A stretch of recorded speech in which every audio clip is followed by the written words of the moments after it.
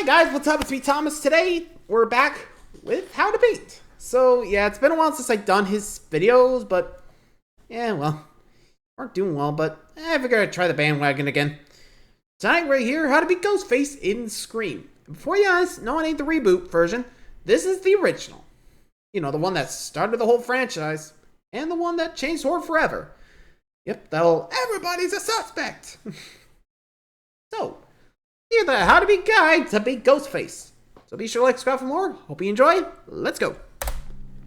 If you were being stalked by a psycho killer on the anniversary of your mother's murder, what would you do? This costume-wearing creep is Michael Myers, Jason Voorhees, and Freddy Krueger rolled into one. And there's only one way to find out who's really behind the mask. I'm going to break down the mistakes made, what you should do, and how to beat Ghostface in Scream.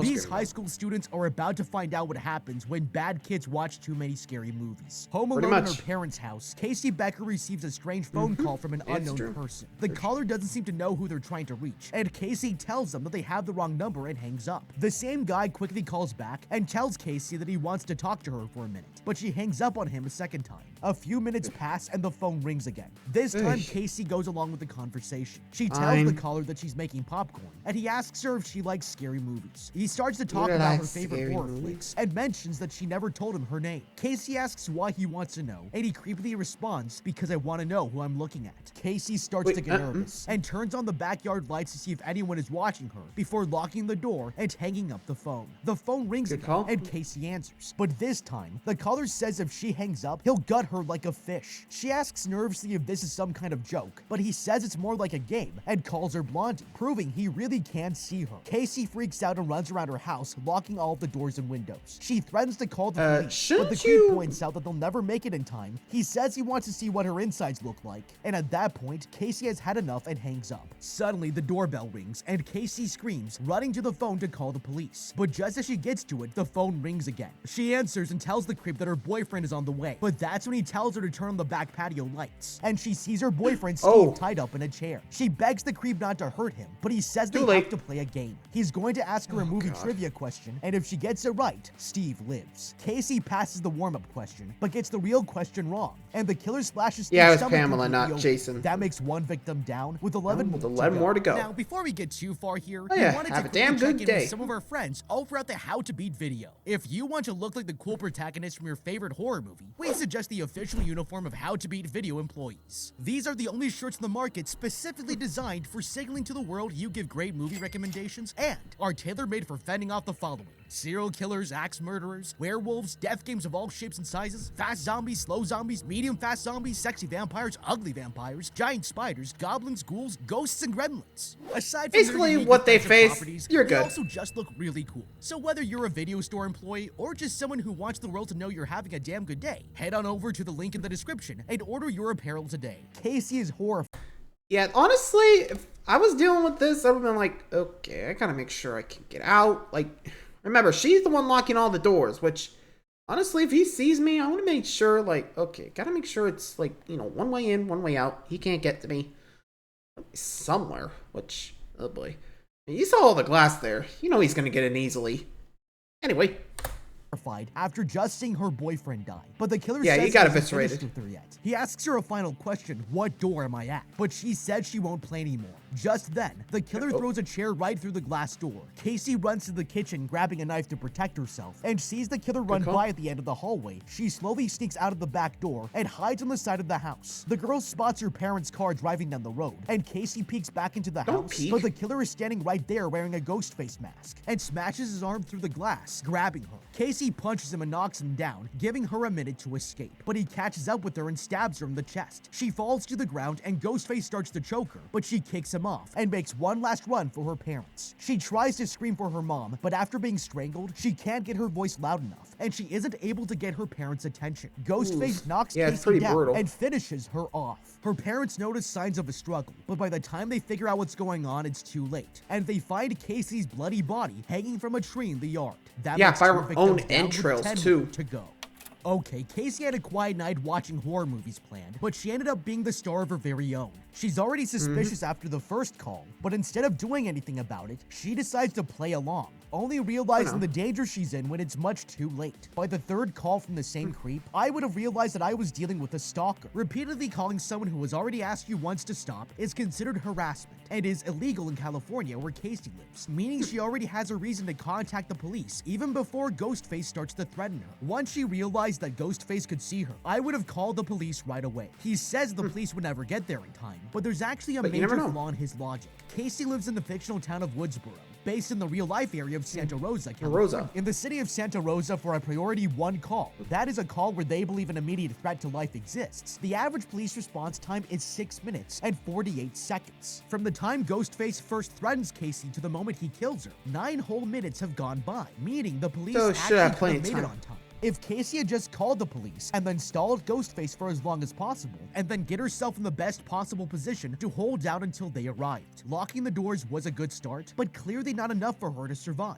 I would have gone to an upstairs bedroom with windows that I could escape out of if needed to, and blocked the door with a dresser and any other furniture in the room. Hopefully by the time Ghostface got into the house and figured out which room I was in, the police would already be there. I understand that Casey was rattled from witnessing the death of her boyfriend, but she lets almost 10 minutes go by without doing anything to defend herself and ends up paying the price. When Ghostface catches up to Casey and grabs her in the yard, she pretty much just lets him stab her. If you're being attacked by someone with a knife and can't get away, you want to try to disarm them by any means possible. That means using anything you have available to try to knock the knife out of their hands, grabbing their wrist to hold them back, and striking weak points like their throat and eyes. Casey finally does knock the knife away after she's already been stabbed once, but I guess that's better than nothing for someone with the survival instincts of a dodo. She could have stayed alive if she acted wisely, but in this case, it looks like what they say about blondes was true. Sidney Prescott here sits working on her computer when she hears a suspicious noise outside of her window. She gets up to check it out, and her boyfriend Billy jumps out of the dark, scaring her and causing her to scream. Dude. He climbs inside, but Sidney's dad comes to check on her. Sidney's dad tells her that he's going to an expo out of town and won't be back till Sunday.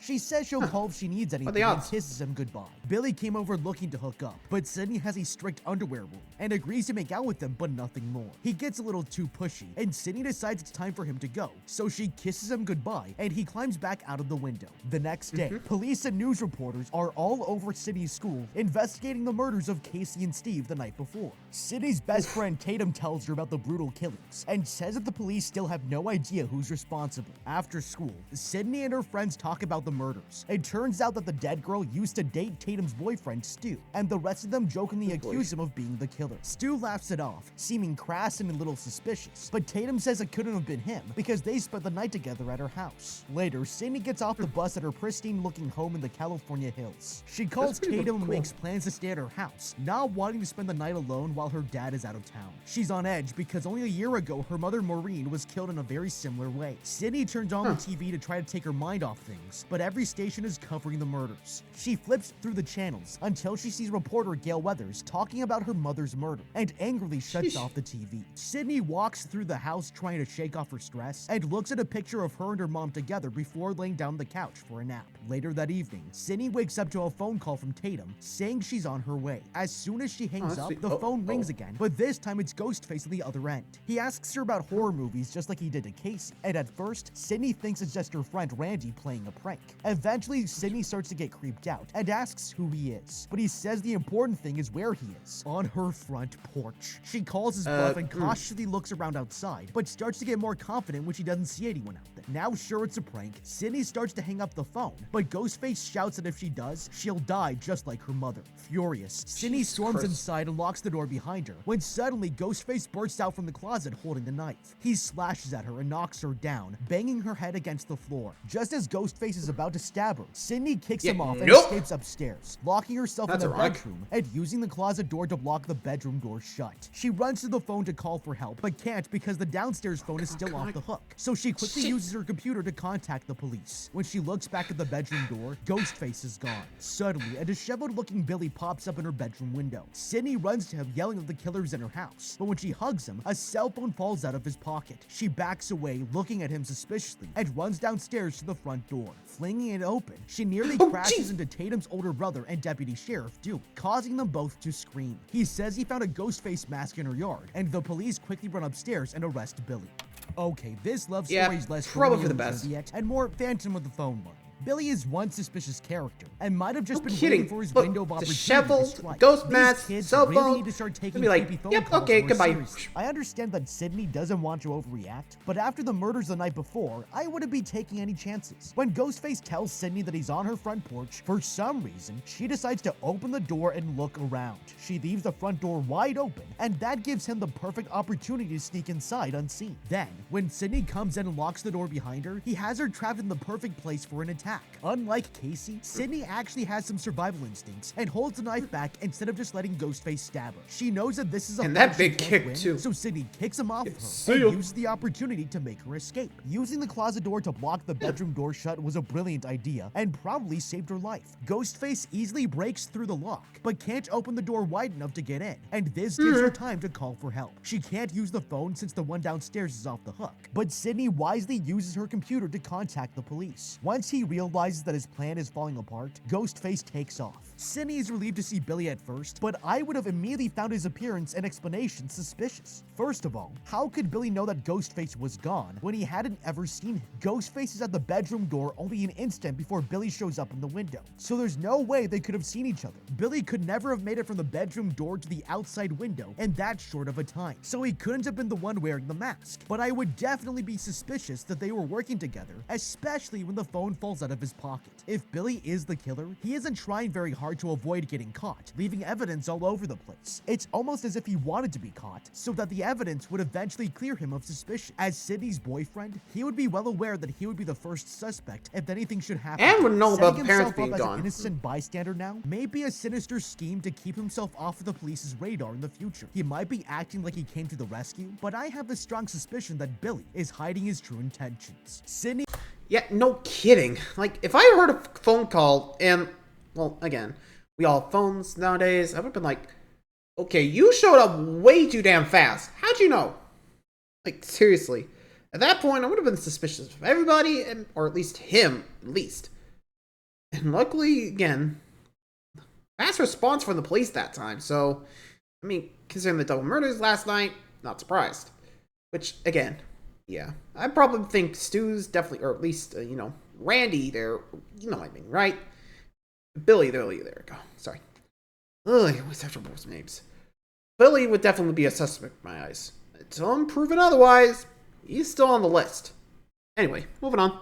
He's being treated by paramedics when Tatum finally arrives and helps her get in Dewey's police truck to go down to the station. Before they can leave, Gail, the annoying reporter, shows up looking for Sidney for her news story. Tatum not so politely tells her to leave Sidney alone, and the three of them drive away. At the police station, Sidney and Dewey try to contact her dad, but can't get in touch with them. The sheriff interrogates Billy about the murders the night before, and Billy insists that he's innocent. He doesn't have any proof yet, but says Billy can't leave until they've checked the phone records. Frustrated, Billy turns around in his chair and glares at Sidney through the window. Gail shows up trying to push her way inside the station. The police take Billy away to his cell, and Tatum comes to get Sidney, leaving out of the back door to avoid the reporters. Sure enough, Gail runs up to them in the alley and puts a camera in her face. Sidney confronts her about the book she's writing about her mother's murder, and when Gail says that she'll send her a copy, Sidney punches her straight in the jaw, knocking her to the floor. Gail looks at Sidney in shock, but Dewey comes and pulls her away, and the three of them drive off in his police truck. Later at Tatum's house, she asks Sidney if she really thinks Billy was the killer, and Sidney says that she does. The phone rings for Sidney, and she's horrified when she realizes it's Ghostface calling her again. He says that Billy is innocent, and she asks who he really is, but he says she'll find out soon and hangs up. The next morning at breakfast, Dewey tells Sidney that Billy's phone records showed it wasn't actually him who made the calls. He promises that the police are still working on it and will find the right guy eventually, but Sidney is understandably concerned. When Dewey drops the girls off at school, reporters immediately surround them and start asking questions. Sidney pushes by them, but stops when she gets to Gail's van, asking to talk to her off the record. She confronts Gail about her book and says that it's full of lies and bullshit theories. Gail believes that the man who was arrested for the murder was innocent and someone framed him. Sidney insists that they got the right person, but Gail suspects that even she's starting to doubt it. Tatum shows up and the two of them leave, but Gail is now sure that the real killer is still on the loose and is also responsible for this recent string of attacks. Everyone in the school knows we know She was actually right. Even runs by dressed in a Ghostface costume, taunting her. Dick. She gets so embarrassed that she runs away down the hall, crashing right into Billy. Sidney tells him that she's sorry and doesn't think that he's the killer anymore, especially after the phone call she got at Tatum's. But Billy is still very upset with him. He rudely says that Sidney hasn't been the same since her mother died and thinks she should have gotten over it by now, comparing it to his parents' divorce. Billy tells her that he wants his girlfriend back, but she storms away. Sidney goes to the... Yeah, honestly, I don't know if I would have dropped it as soon as I got that second call, because I would have been like, okay, either he's innocent or he has a backup buddy. Like, think about it. He's right. No way he would have had time to go downstairs, up to the balcony, in that short amount of time. It was like a minute at least. I don't think anyone could get that up there that fast. So yeah, that would definitely lean into the partner angle. Who? Don't know yet. We don't know who else is suspicious. Gotta keep those context clues in mind, you know? Anyway. Bathroom, and here's other girls talking about her, saying that she lied about the attack and maybe even killed Casey and Steve herself. She hides in another stall, crying, and waits for the two girls to leave. Suddenly, she hears someone whisper her name. Sidney looks around the room, but doesn't see anyone. And just when she's given up, they whisper her name again. She looks under all the stalls. That's a cute run under there. Sees someone wearing boots and a black cloak at the very end. She runs for the door, and someone dressed as Ghostface bursts out at her, but she slides under his arms, narrowly avoiding him, and escapes down the hallway. Gale and Dewey flirt with each other in front of the school, and he tells her that the police still haven't been able to get in contact with Sidney's father. The principal announces that all classes are suspended until further notice, and that night, the city will be under a 9 p.m. curfew. Stu says he wants to have some of their friends over for a small party to celebrate, and Sidney hesitantly agrees to go. Back in his office, Principal Hembry hears a suspicious knock at the door. He goes to check it out, but doesn't see anyone. Hearing another knock, he walks around the office looking for whoever it is, but still finds nothing. He goes back to his office, and when he closes the door, Ghostface jumps out from behind it and attacks him with a big hunting knife. And Ghostface stabs him multiple times in the stomach, and that makes the third one down with 9 more to go. More to go. Okay, classes might be canceled until further notice, but for Principal Hembry, it looks like school's out forever. The sheriff says that they have to hold Billy until they can pull his phone records, but what does this actually mean? In their investigation of the crime, police can contact the phone company and pull what are known as the call detail records. These records show the caller's phone number, the time of the call, and what cell phone tower the phone was connected to. If the records show that the calls came from Billy's number, the police can use this as evidence to prove he was involved in the attacks. When Ghostface calls for Sidney at Tatum's house, she's understandably horrified. I would have immediately put the call on speaker so that everyone else could hear. I would have tried to keep the conversation going as long as possible, in the hopes that Ghostface might eventually slip up and say something personal that reveals more about who he really is. Also, phone companies are able to set up traps on the phone line to help pinpoint where threatening calls originate from. Triangulate. Since she was planning to spend the night at Tatum's house, I would have asked the phone company to set up a trap on her line. That way, if Ghostface called again, we would be able to trace the call. The records may have shown that the call didn't come from Billy's phone, but I wouldn't be convinced that he's innocent yet, since he could have used another phone to make the call. Billy also shows signs of major emotional detachment when he tells Sidney to just get over and gaslighting too, and get back to being his girlfriend. This lack of empathy for others is a sign that Billy could have an antisocial personality, a disorder that is common among criminals, including murderers. When Principal Hembry hears a knock at his office door, he goes out and looks around just like Sidney, giving Ghostface an opportunity to slip into his office unseen and hide behind the door. After the first knock, I would have waited right on the other side of the door, and as soon as Ghostface knocked again, I would have flung the door open immediately and hopefully caught him off guard. It would be much better to get the jump on him than to let him get the jump on you if you want to survive. But just because you're the principal doesn't make you smart, and Hembry ends up getting gutted like a frog in biology class. Meanwhile, Sidney and Tatum sit on the front porch talking about her mom. Tatum says there were rumors about her sleeping with a lot of different men in town, and Sidney worries that if police arrested the wrong man for her mother's murder, then the killer could still be out there. They leave to get ready for Stu's party, having no idea that Ghostface is watching them from the bushes just out of sight. Stu goes to the video store where Randy works and invites him over for the party that night. They notice Billy is there too, and start to argue about whether or not he's the killer. Stu tries to convince Randy that it isn't Billy, but Randy argues from the perspective of a horror movie formula that it has to be. He gets so agitated that he starts to cause a scene, and when he turns around to get back to work, he walks right into Billy. Billy grabs him by the shirt, confronting him, and then walks off, leaving Randy totally creeped out. All the shops in town start to close up in anticipation of the early curfew. Sidney asks if Billy is going to be there, but Tatum says she told Stu not to invite him. They grab some ice cream and get ready to leave, never noticing Ghostface stalking them through the aisles. At the police station, the sheriff tells Dewey that the suspicious calls came from a phone belonging to Sidney's father, Neil. He orders Dewey to stay close to Sidney all night and to keep an eye out for her dad, suspecting he might be the Ghostface killer. That night, Dewey drives Tatum and Sidney to Stu's house for the party, followed closely by Gail in her news van. Dewey drops the girls off and then goes to talk to Gail, accidentally scaring her. He tells her he's there keeping an eye on things, and she decides to join him, leaving her cameraman Kenny alone in the van. Inside the house, they're all gathered around picking a horror movie when the doorbell rings. Stu goes to answer it and comes back in, followed by Dewey and Gail. Everyone at the party is totally starstruck by Gail, but her being there makes Sidney very uncomfortable. Sidney asks Dewey if they found her dad yet, and Dewey says no, but tells her not to worry. While they're talking, Gail hides a recording device in the TV room. Tatum goes out to the garage by herself to get some beers. As she grabs some from the fridge, the door to the house creepily shuts behind her. She tries to get back inside, but the door is locked, and suddenly the lights go out.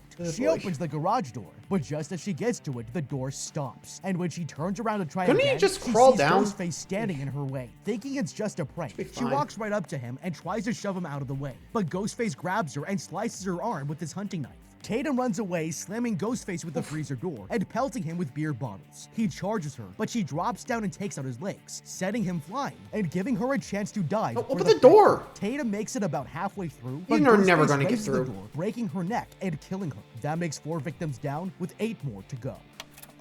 Okay, yeah, she could have easily survived. Like, let's be real. If you got a serial killer going around, never go alone. That's how they get you.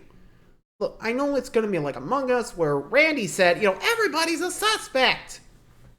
But yeah, the fact that Stu was actually defending Billy, I would have been like, what, you an accomplice of his or not something? I mean, in my mind, I would have been like, okay, a little creepy, so definitely keep an eye on you. Also, when you're at a party and you got a serial killer on the loose, yeah, that's definitely a rule that you never go alone, okay? That's how you get you. Never split up from the group. So, again, always have a buddy.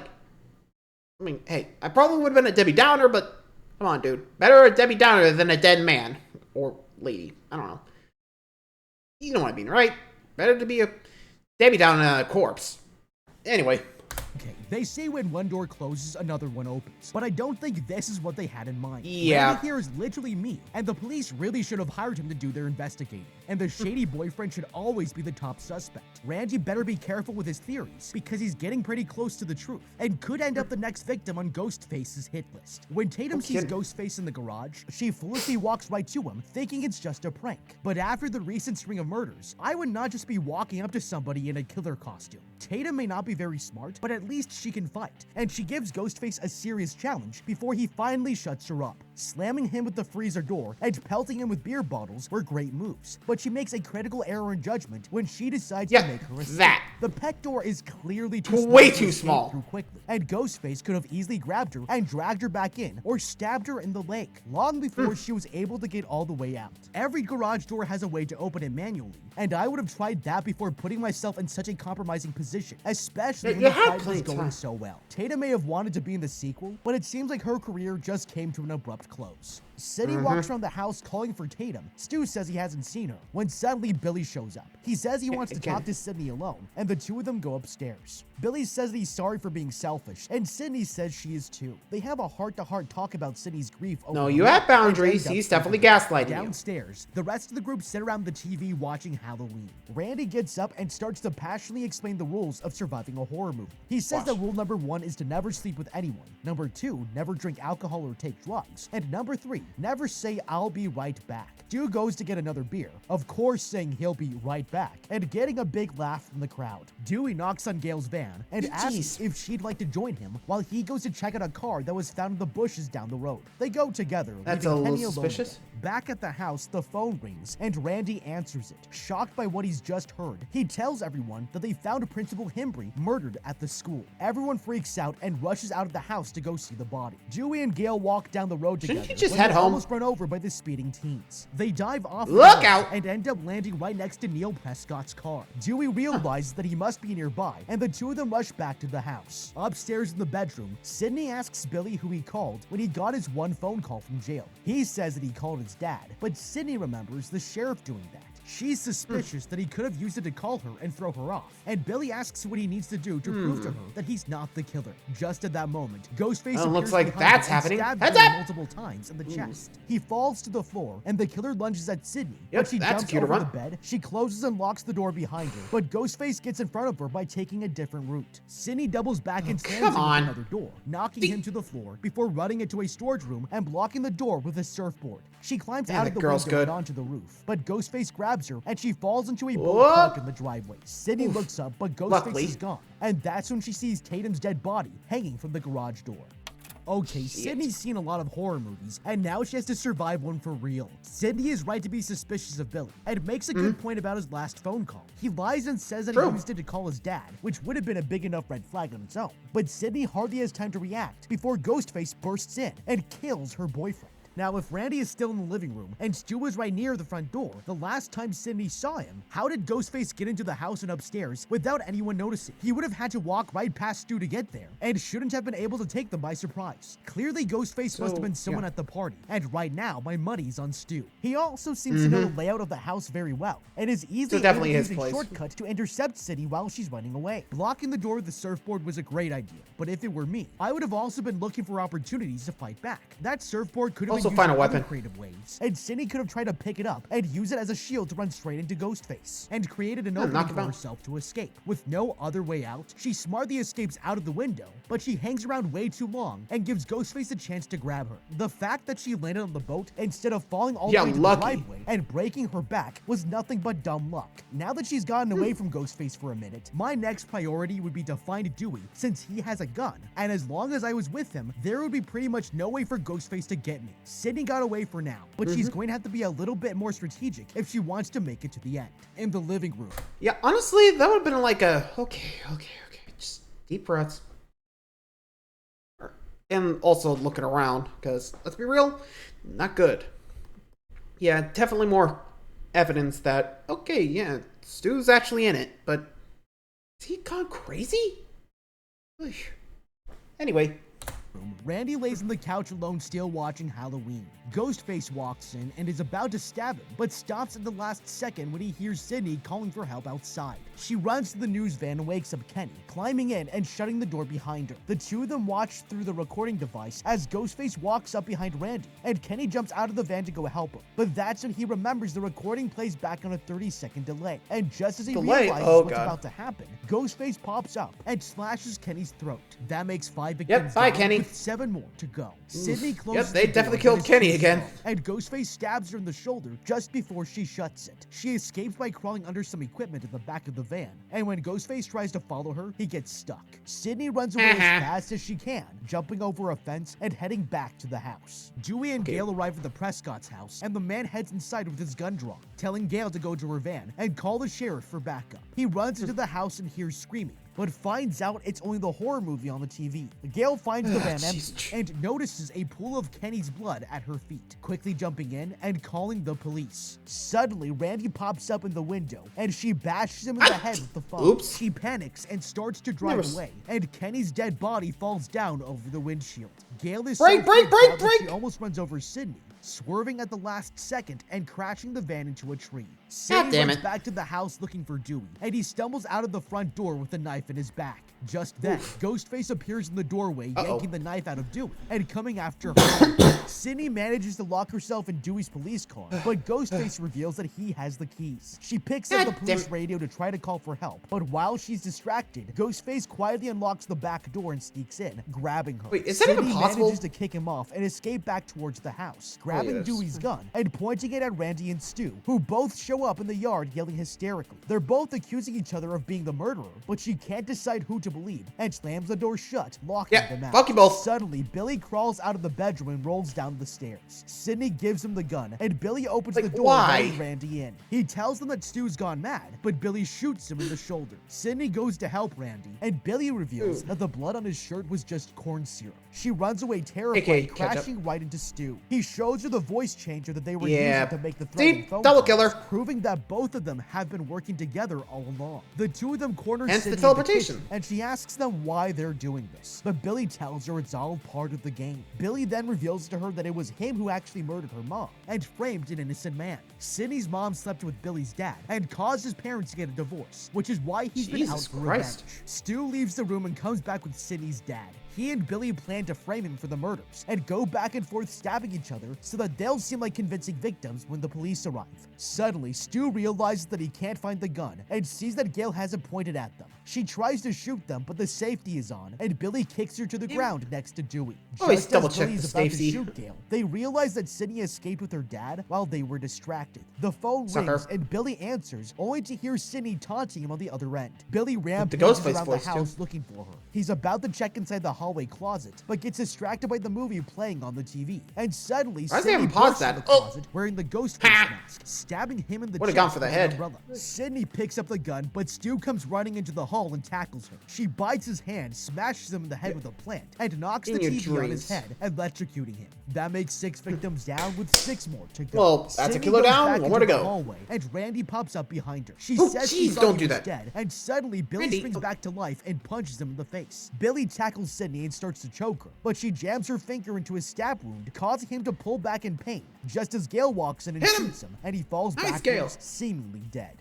Okay, this horror movie is finally over. Or is it? Sidney For now. and Gale might think the coast is clear, but everyone knows that Yeah, horror movies always always have a double-check. twist ending. When Kenny runs out to help Randy, he should have remembered that the recording was on a 30-second delay. Panicking and rushing out without remembering this obvious fact quickly Yeah, gets shouldn't him you go killed back and in opens as soon the as door you're- for an opportunity for Oh, Ghostface shit. to attack Sidney yet again. Panic seems to be a common reaction by this news crew, as Gale Fight or crashes flight. her one Oh. means of escape directly into a tree at the first sign of trouble. She plays the role of the tough-as-nails reporter, but when things got real, she totally blew the story. Sidney makes a very smart decision when she uses the police radio to call for help. Even though she wasn't able to get all the details out before Ghostface attacked her, a suspicious call like that from one of their squad cars would definitely get the rest of the police force's attention and quickly. Now, the ultimate beat for any psycho that is still among the living is just to have a gun, but Sidney gives hers up almost as soon as she gets her hands on it. Not only does she give her best chance of survival away, but she gives it right to her boyfriend, who she just got done accusing of trying to kill Suspicious. her less than 24 hours ago. As soon as Like, he gets his suddenly hands it's on up. it, I Billy would've, like- shoots Randy. And if I were him, I'd be pretty upset with Sidney for giving him a weapon. Billy and Stu finally reveal their sinister plan, and I've gotta say, it's pretty well thought out. A major flaw in the plan, though, is that Billy and Stu's fingerprints are now on the gun. Sidney wisely uses the distraction created by Gale to escape with her dad and hide, but Billy Thanks, is Gale. easily able to take Gale out when he realizes she doesn't know that the gun's safety is on. Walking up to Billy with the gun when she didn't know how to use it was pretty much the same as just giving it right back to him and saying, okay, you can shoot me now. She's lucky that Sidney is a Pretty better much. fighter than her, because if not, she would have ended up the next tragic story on the evening news. Sidney gives Billy a taste Billy of and her Loomis would've medicine done. when she calls to taunt him over the phone. Billy gets furious and starts to act sloppy, which gives Sidney the perfect opportunity to ambush him from the Ego. closet. I'm not sure if an umbrella would have been my first choice for a weapon, but it seems pretty effective here, so I'll let that one slide. But why Hey, wouldn't she have seen taken another? a moment to free her dad? It probably wouldn't have taken more than a few seconds to undo his hand restraints, and then she would have had an angry dad on her side instead of having to take on Billy and Stu by herself. Leaving her dad in the closet just seems like a wasted chance for some extra help, and at worst gives Billy or Stu another chance to grab her dad while Sidney is distracted. Sidney handles herself like a champ during the fight and easily takes on Stu and Billy all by herself. Even if they were already wounded, I must say I'm impressed. Most victims don't even try to fight back, let alone successfully overpower two psychotic attackers. Even at the end, when Billy tries to strangle her, she pulls out the clutch move of poking him in his stab wound, which got him off her Luckily even before remembered. Gale showed up, and finally figured out how to use that gun. It's nice to see Sidney and Gale put their differences aside and put a stop to Billy's twisted quest for revenge once and for all. Sidney kicks Yeah, Billy to make about sure that. he's gone, and Randy tells her to be One, careful because this is the two, moment in horror three, movies where the two, supposedly one. dead killer comes back to life. Sure enough, Billy lunges at them, but Sidney shoots him, Yeah, finally no. killing him once and for all. That makes 7 down, with 5 survivors left. Sidney, her dad, Randy, Dewey, and Gale That's all good, at made it least. to the sequel, and it's time to roll credits on this horror movie come to life. But what do you think? Well, survived and managed to kill the twin Ghostface, so fuck them. Oh, you know what you have to say.